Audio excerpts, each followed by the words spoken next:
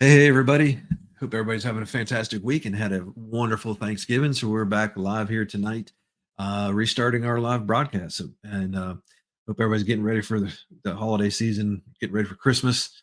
And there's always a busy time of the year. So do apologize for those that caught the last video. We're going to redo this one about are you ready for retirement? I had a mic problem and my microphone was not working. So all you got is a lot of video, but no sound. So I tested it tonight, so everything should be working. And hopefully you're hearing me loud and clear. So apologize for that. So, guys, welcome to those that are new to the group. Appreciate you guys joining. Those of you that have been around for a while, welcome back.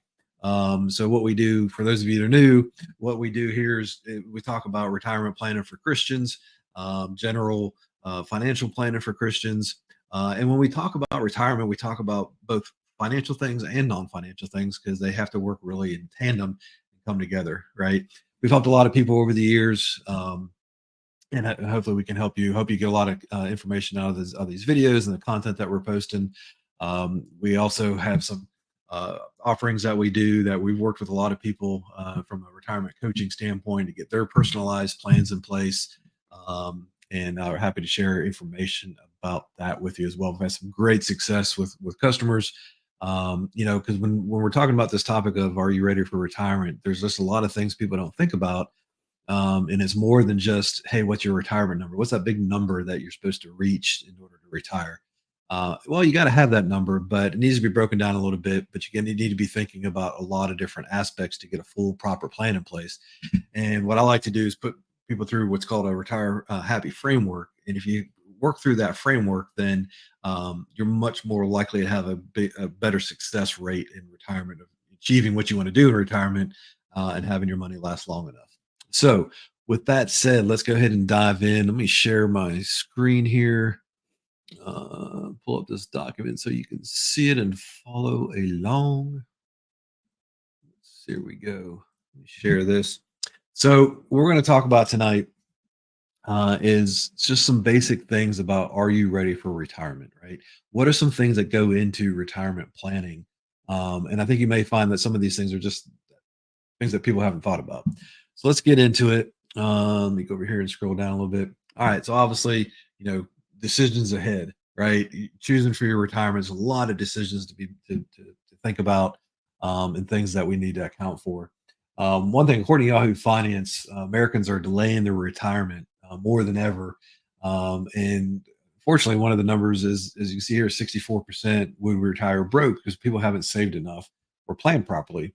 It's predicted another 19% will have less than $10,000. So obviously you can't retire on $10,000, but that's some pretty big percentages of the population, right? And then 78% of the respondents for the survey said they would have to continue working past their retirement age, whether that's full time or part time or whatever it may be.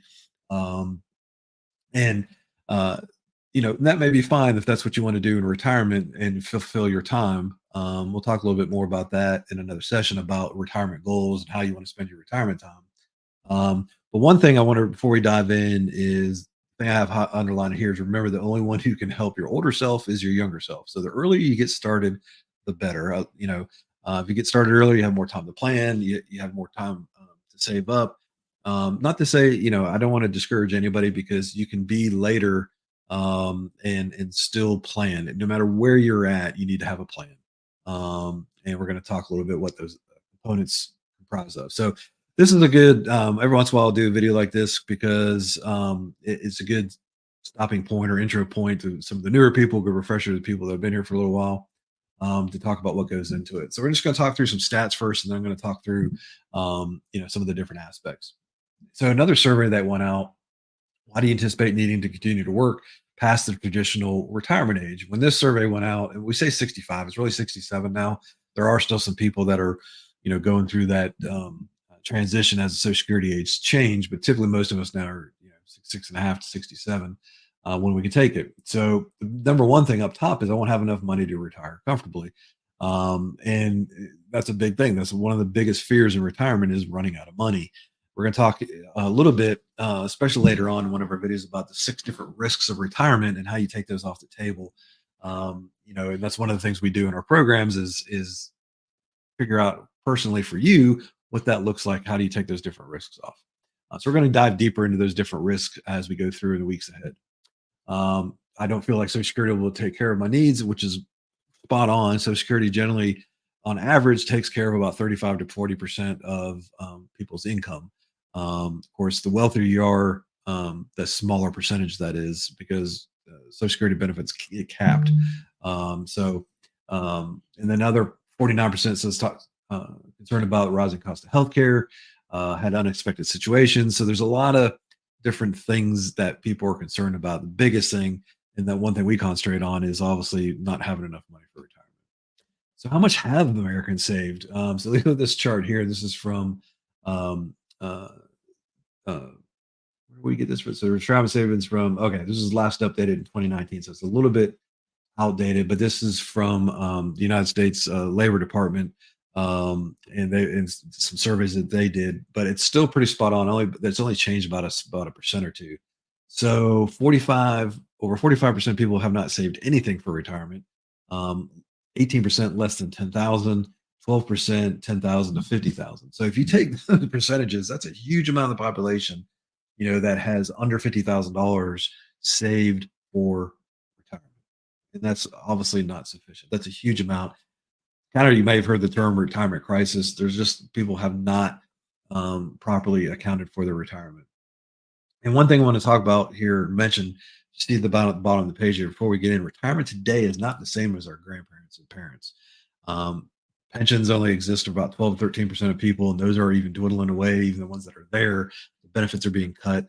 The way you have to plan for retirement is just different than it was before. So you can't just look at what our parents and grandparents did and think we're going to retire the same way. It doesn't work that way anymore. So there's a lot of different things that go into retirement planning. You break it down into some 7 key steps. Have a retirement plan, of course. You got to have a plan in place. Maximize Social Security. There's a way to optimize Social Security, and a lot of people don't realize that.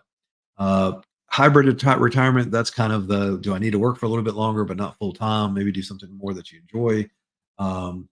Protect your savings from inflation. You have to have mechanisms in place to protect your uh, money from inflation. Guaranteed income in retirement. That is key to having that happy retirement. That's my main retirement happy factor, because you want to make sure your core expenses are covered. We're going to touch this a little bit more in a minute, what that means. You want to be able to cover your core expenses, so you don't have to worry about what bills you have to pay, right? Plan for the long-term medical care costs.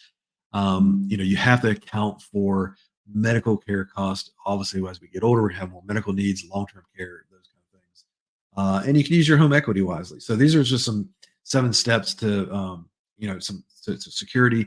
Like I talked about in another video, we're going to talk about the retirement risks, and how we take those off the table. Some of those 7 steps help cover that, but some of them get broken down into a little bit. So we talked about expenses, or I mentioned covering expenses.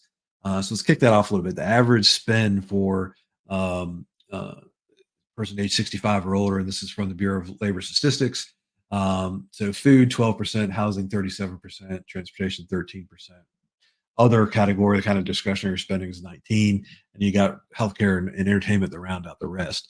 So that's on average. But when we're talking about those expenses, you need to categorize them down in. And when we're doing a proper plan, you got to put them into the proper areas. So what exactly are you saving for in retirement? And there's a little worksheet and there's a hierarchy that you can go through, but it's basically broken down into the needs, wants, and wishes, right? So if you look on this little pyramid, the bottom part, the needs, expenses for my needs in retirement, that's the core expenses. Mortgages or rent, utilities, groceries, the core basic living expenses.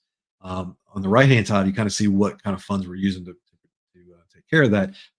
Lifetime income, guaranteed protected lifetime income, meaning how are you replacing your paycheck in retirement, right? Where's that coming from, and is there guarantees around it?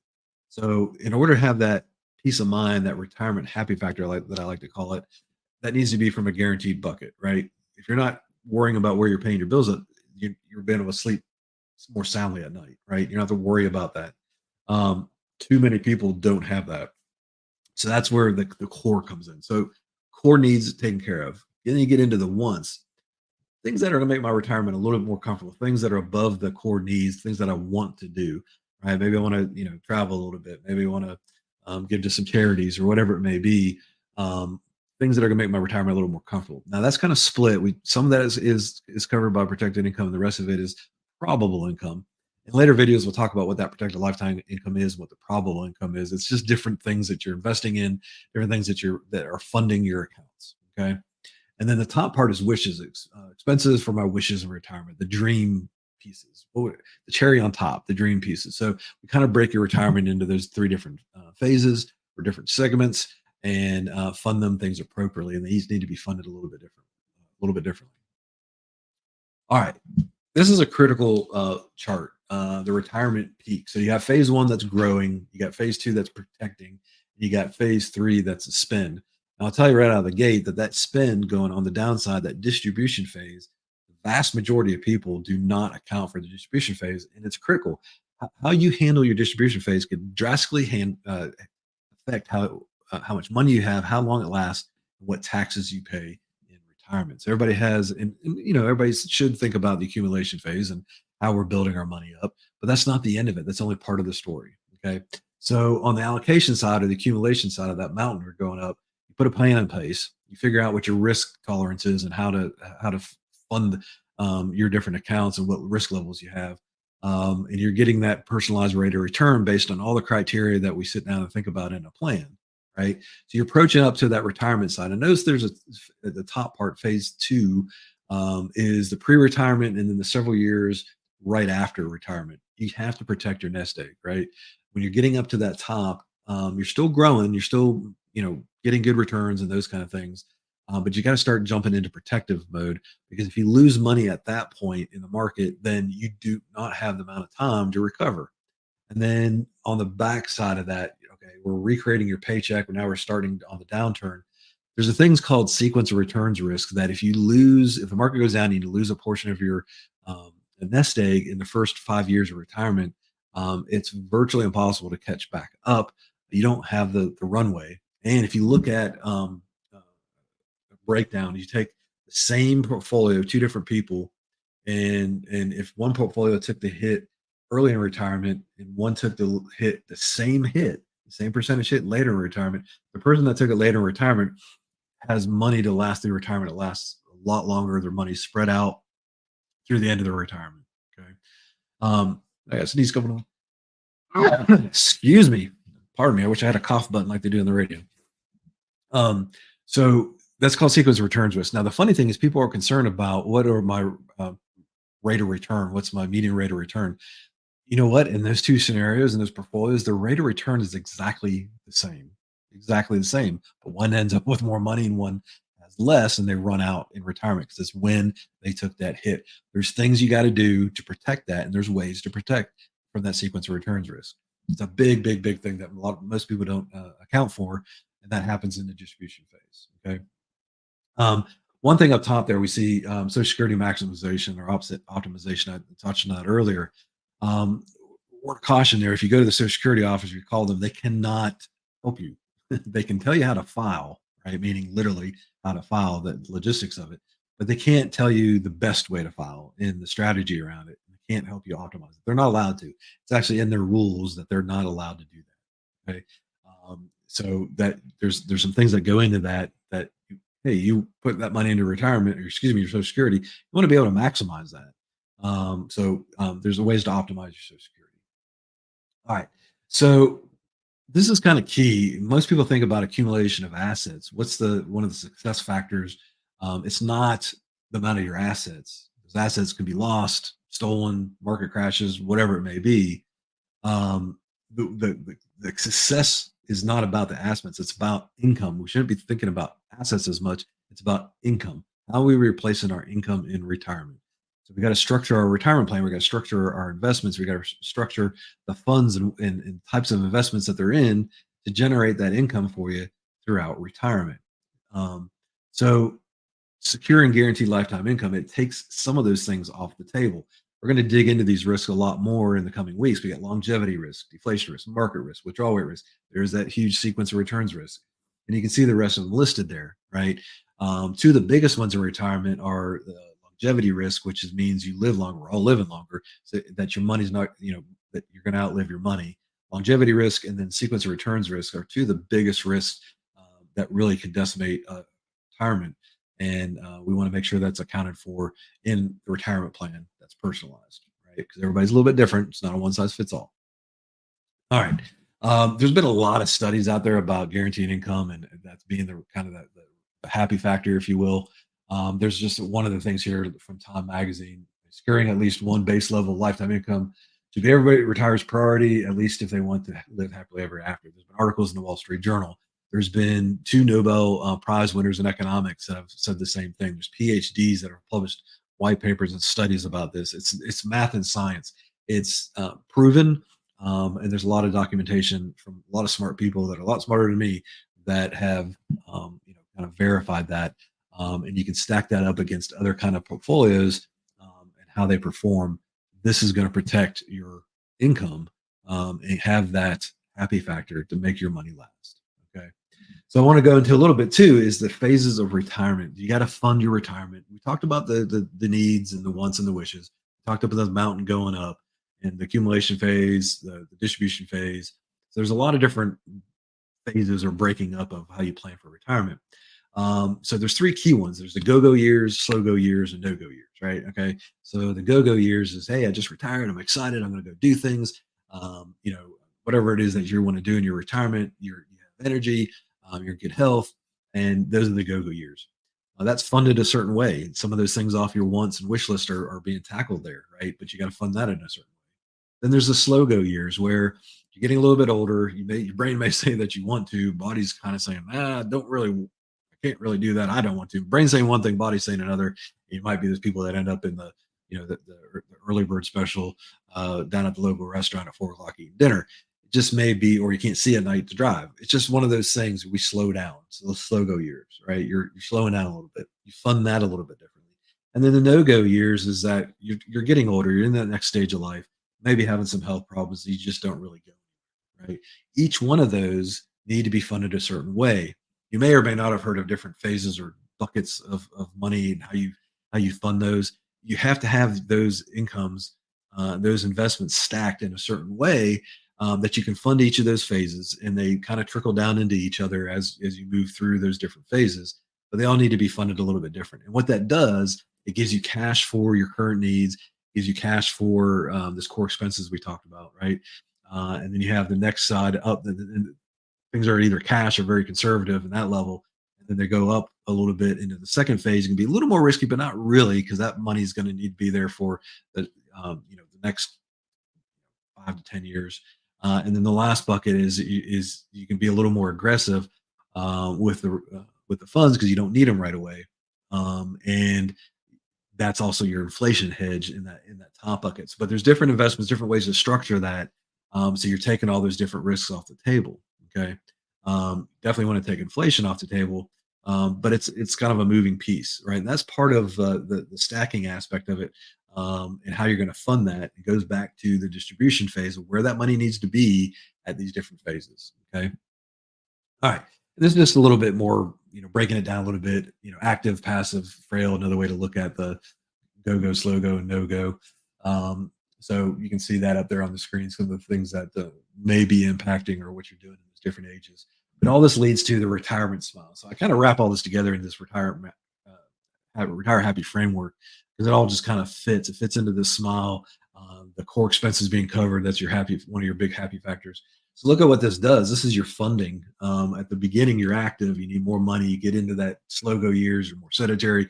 You don't need as much, but then you need more care and medical attention as you get older. It creates that smile. Well, we want you to be able to smile in retirement, and we don't want you to have to be worried about money. You have to, kind of create that smile, fund your portfolios, investments, and structure your retirement in a way that you can ride through that retirement smile with a smile on your face. Okay, because your income needs change throughout these different sectors and phases, and you need to fund them accordingly. That leads to that happy retirement, right? We all want that happy retirement.